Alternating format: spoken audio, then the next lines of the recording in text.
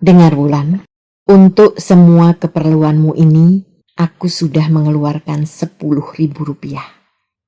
Kau harus membayarnya kembali nanti. Karena itu, untuk 100 lelaki pertama yang membawamu ke kamar, semua uangnya harus kau berikan padaku. Mengerti? Mirah mendengar kata-kata Bu Neli seperti mendengar bunyi asing yang tak bermakna. 100 lelaki pertama yang membawamu ke kamar. 100 lelaki.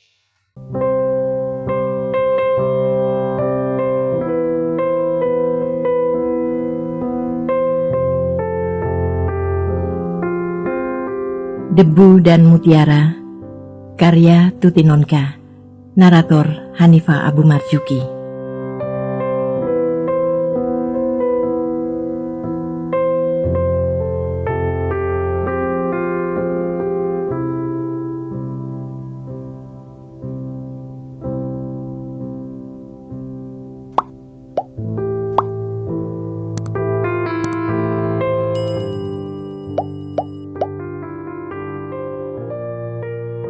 Perlahan sekali Bu Neli berjalan mendekati Mirah. Mirah memandangnya tanpa berkedip dan kata-katanya meluncur dengan terbata-bata. Saya tidak mau melakukan pekerjaan seperti ini. Saya mau pulang. Rasa iba yang sebentar tadi tergambar pada wajah Bu Neli lenyap seketika, berganti dengan wajah dingin dan keras seperti yang dilihat Mirah kemarin. Dengar Mirah, suara Bu Neli seperti sayatan pisau yang dingin dan tajam. Aku telah membelimu dengan cukup mahal dari Jalil, dan aku tak akan mengizinkan kau pergi sebelum uang yang telah kukeluarkan untukmu kembali. Mirah menatap wanita di depannya dengan rasa kaget yang tak terkira. Jalil menjualnya. Iya, manusia dijual oleh manusia lain. Tak ada kebiadaban yang lebih buruk dari semua ini. Mirah, kau tahu di mana anakmu sekarang? Suara Bu Neli terdengar lagi. Masih di rumah Bu Kecik. Mirah menjawab amat lirih. Bu Neli tersenyum dan menggeleng. Tidak ada di sana lagi, Mirah. Anakmu sekarang ada dalam kekuasaanku. Hanya aku yang tahu di mana ia berada. Karena itu, kalau kau masih ingin bertemu dengan anakmu, tinggallah di sini dan turuti perintahku baik-baik. Mirah diam dengan mulut terkunci rapat. Bu Neli kembali menyunggingkan senyum manis dan berkata dengan suara ramah, "Jangan khawatir, anakmu akan dijaga baik-baik. Aku akan memberikannya kembali padamu kalau kau sudah jinak, sudah mau bekerja dengan patuh dan baik.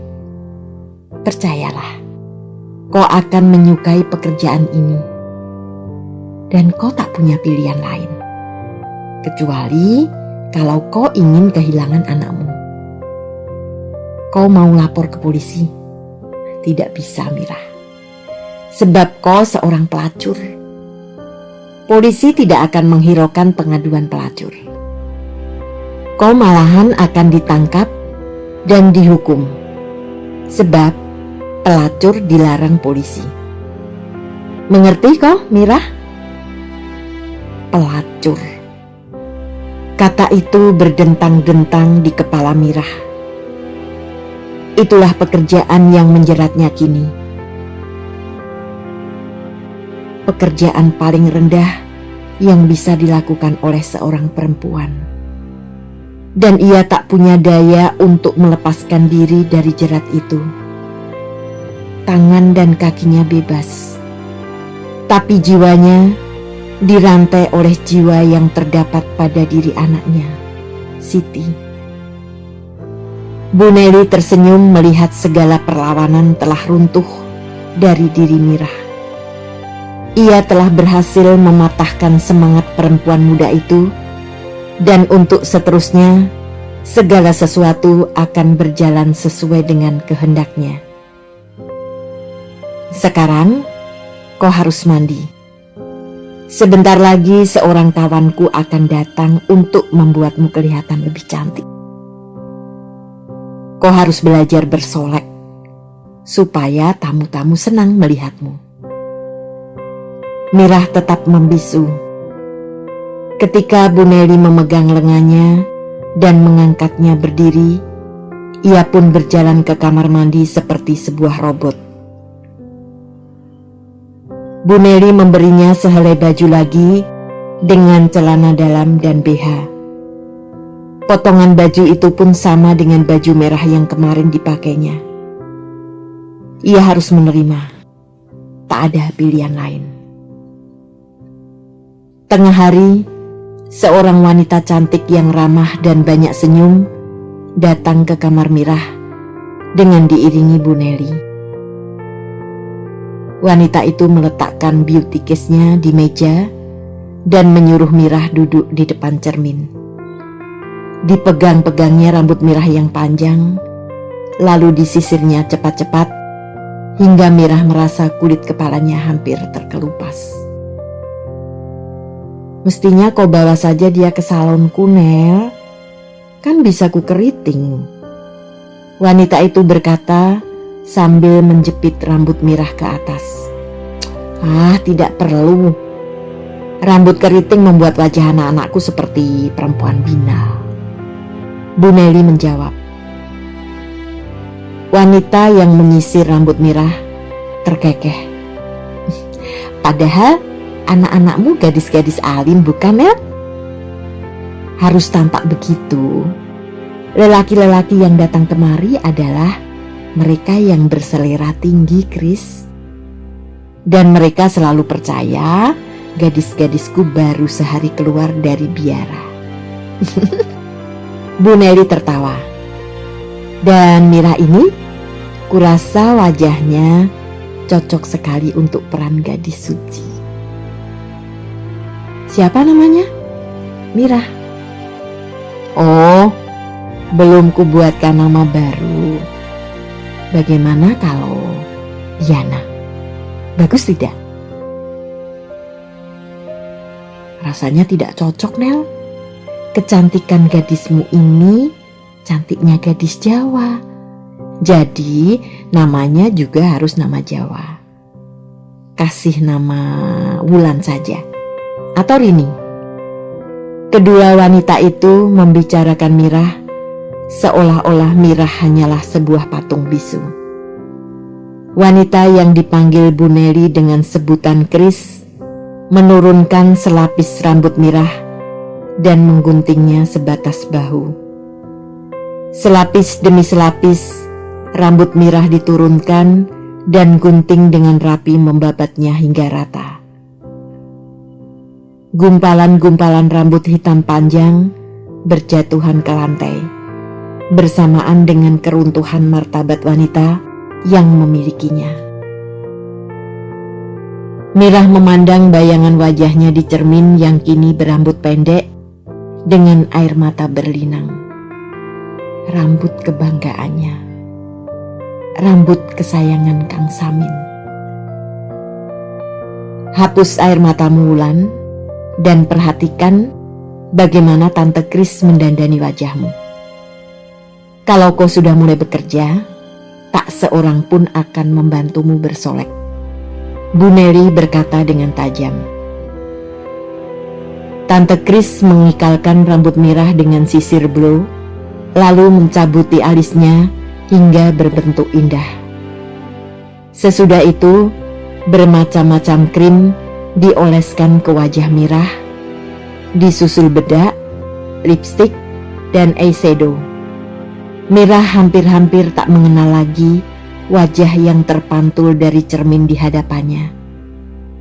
Itu wajah seorang wanita cantik, bukan wajah Sumirah dari desa Ketunggul. Tante Kris memandang hasil kerjanya dengan bangga, dan Bu Neli tertawa puas. Kau harus memberinya pakaian yang lebih artistik, Nel. Tidak asal merangsang seperti itu. Percayalah, kau akan memiliki gadis yang sangat menawan. Tante Kris berkata sambil memperbaiki sedikit rambut Mirah. Bu Neli mengangguk. Itu kan baju Dora, yang kalau tidak takut digigiti nyamuk, pasti lebih senang tidak pakai baju. Sekalipun kita ini berdagang, tapi kalau terlalu diobral, jadi tidak menarik lagi. Aku punya beberapa koleksi gaun yang bagus dan pasti cocok untuk Ulan. Nanti kusuruh antar ke sini sekalian dengan make upnya. Maka selesailah operasi penjelmaan Mirah menjadi Wulan. Wulan. Sekarang ia akan dipanggil dengan nama Wulan. Ia harus minta maaf kepada ibu yang memberi nama anak gadisnya Wulan. Sebab ia telah meminjam nama itu untuk pekerjaan yang paling hina dan terkutuk bagi seorang wanita. Sorenya, baju dan make up yang dijanjikan Tante Kris diantarkan kepada Mirah. 6 helai baju dari berbagai warna dan model, ditambah sepasang sandal bertumit tinggi, 2 buah BH dan beberapa buah celana dalam. Bu Neli menyuruh Mirah mencoba baju itu satu persatu. Sebuah gaun berwarna abu-abu dengan leher tinggi dan renda tipis di dada yang sengaja tidak diberi lapisan dalam, kelihatan sangat memuaskan Bu Neli. Anggun tetapi tidak menyembunyikan keindahan dada Mirah. Gaun-gaun yang lain dibuat dengan model semacam itu pula. Dengar Wulan, untuk semua keperluanmu ini aku sudah mengeluarkan 10.000 rupiah. Kau harus membayarnya kembali nanti. Karena itu, untuk 100 lelaki pertama yang membawamu ke kamar, semua uangnya harus kau berikan padaku. Itu tidak lama, hanya 10 malam. Kalau setiap malamnya kau berhasil mendapat 10 tamu. Jadi berusahalah untuk menarik tamu sebanyak-banyaknya, supaya hutangmu padaku segera lunas dan kau bisa mengecap hasil kerjamu sendiri. Mengerti? Mirah mendengar kata-kata Bu Neli seperti mendengar bunyi asing yang tak bermakna. Ya, semua sudah tidak punya arti lagi baginya. Suara-suara, benda-benda, perlakuan-perlakuan, dan sentuhan-sentuhan kepada dirinya telah tak punya arti lagi. Ia merasa tubuhnya hanya sebuah boneka, dan jiwanya terpisah jauh, entah di langit mana. 100 lelaki pertama yang membawamu ke kamar. 100 lelaki. 100. Pendatang baru. Siapa namanya? Wulan. Perempuan desa. Pantas sikapnya tolol dan kampungan. Tapi kau jangan mungkir, ia cantik dan banyak disukai tamu-tamu. Persetan. Pokoknya kalau sampai ia berani merebut langgananku, pasti ku cabik-cabik wajahnya biar tahu diri. Bisik-bisik berseliweran di antara penghuni rumah Bu Neli tentang Mirah. Banyak yang menyambut perempuan baru bernama Wulan itu dengan sinis dan iri hati. Hal yang sama sekali wajar, mengingat di situ berkumpul 20 wanita yang saling bersaing kecantikan dan daya tarik untuk memikat lelaki. Yang lebih membuat mereka iri, Mirah tak pernah berdandan menyolok, tak pernah bersusah payah merayu lelaki yang datang, tetapi toh selalu mendapat tamu lebih banyak dari mereka. Mirah sendiri tidak tahu bagaimana harus menghadapi rekan-rekan yang bersikap memusuhinya. Ia merasa tak pernah memancing perselisihan dengan rekan-rekannya. Bahkan sedapat mungkin menghindarkan diri dari mereka. Apa boleh buat bila mereka tetap tak menyukainya? Walau demikian, tidak semua gadis-gadis cantik itu memperlihatkan sikap buruk kepadanya. Rani adalah salah satu orang yang sejak semula bersahabat. Ia sendiri sudah 2 tahun menjadi gadis Bu Neli.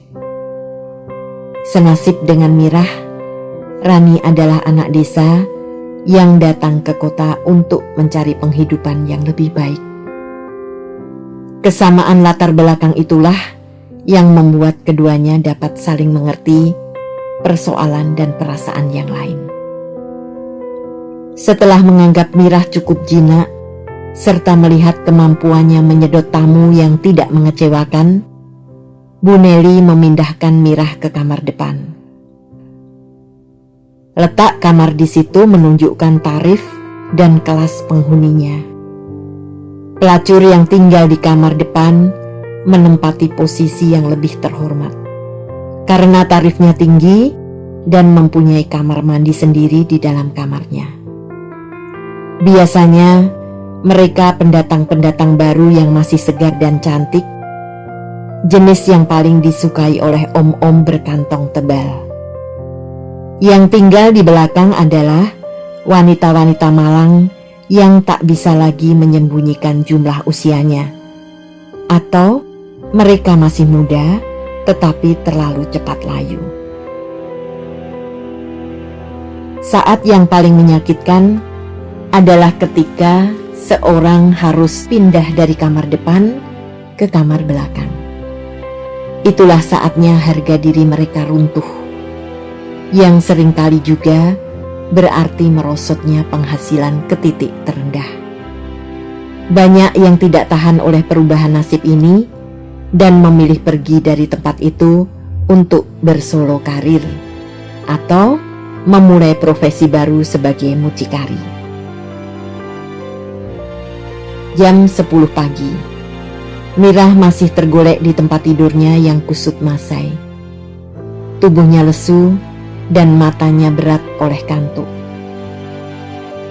Semenjak terperosok ke tempat jual beli cinta itu, ia tak pernah bisa bangun sebelum jam 11. Rekan-rekannya yang lain rata-rata juga demikian. Mereka harus memeras tenaga melayani lelaki-lelaki sepanjang malam, kadang-kadang bahkan sampai dini hari, sehingga waktu untuk tidur hanya ada pada pagi dan siang hari.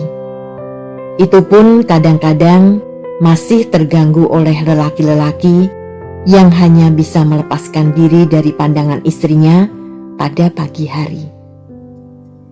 Mirah berbaring menelentang. Dipandangnya langit-langit kamar yang sudah 2 bulan ditempatinya dengan mata menerawang. 2 bulan, alangkah cepatnya. Waktu menggelinding sangat cepat di rumah bordil itu, dan ia semakin dalam terperosok. Seperti terbenam dalam lumpur, semakin dalam, semakin susah untuk melepaskan diri. Mirah ingat saat-saat pertama ia berada di rumah itu. Hampir setiap hari, ia memohon kepada Bu Neli agar diperbolehkan melihat Siti. Tetapi jawaban Bu Neli tak pernah berubah. Tidak. Ketika ia menangis-nangis sambil menggayuti lengan wanita itu, Bu Neli berteriak memanggil salah satu tukang pukulnya. Seorang di antara lelaki-lelaki tegap yang menjaga rumah itu datang dan menampar muka Mirah hingga wanita malang itu terpelanting di lantai. 2 jam Mirah terbaring pingsan di kamarnya tanpa boleh ditolong oleh siapapun. Semenjak itu, Mirah tak pernah lagi merengek-rengek. Tapi tekad untuk mendapatkan kembali anaknya tak pernah surut. Sabarlah, Nduk. Akan tiba waktunya kita berkumpul kembali. Kita ini hanya wayang-wayang yang bergerak bila digerakkan oleh Ki Dalang. Akan tiba saatnya Ki Dalang mengambil kita dari kotak dan memainkannya di depan layar. Sekarang kita sedang ada di dalam kotak itu. Semua wayang punya saat untuk diangkat dari kotak dan naik ke layar. Kita harus tabah menanti saat itu. Tekad untuk meninggalkan tempat itu dan mendapatkan kembali anaknya membuat Mirah berusaha memberikan pelayanan yang sebaik-baiknya kepada setiap tamu yang datang dan menginginkan dirinya. Ia harus dapat mengumpulkan uang sebanyak mungkin untuk menebus kebebasannya dari Bu Neli. Dan sesudah itu, ia harus masih punya cukup modal untuk memulai hidup baru sebagai wanita baik-baik. Ia sudah terlanjur terjerumus ke dalam lumpur, dan ia harus membawa sesuatu hasil dari lumpur yang telah mengotori dirinya. Tidak ada gunanya menangis dan menyesali nasib. Ia sudah terlanjur menjadi pelacur, maka ia harus menjadi pelacur yang baik. Dan pelacur yang baik adalah pelacur yang dapat menjerat lelaki sebanyak-banyaknya.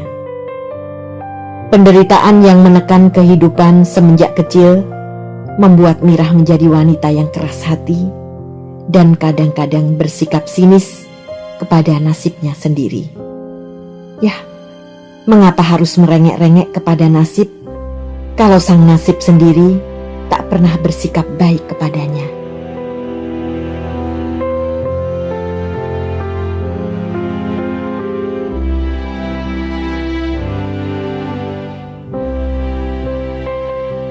Terima kasih telah menikmati cerita ini. Tuliskan saran atau komentar di bawah untuk memperbaiki channel ini. Jangan lupa tekan tombol subscribe, like, and share.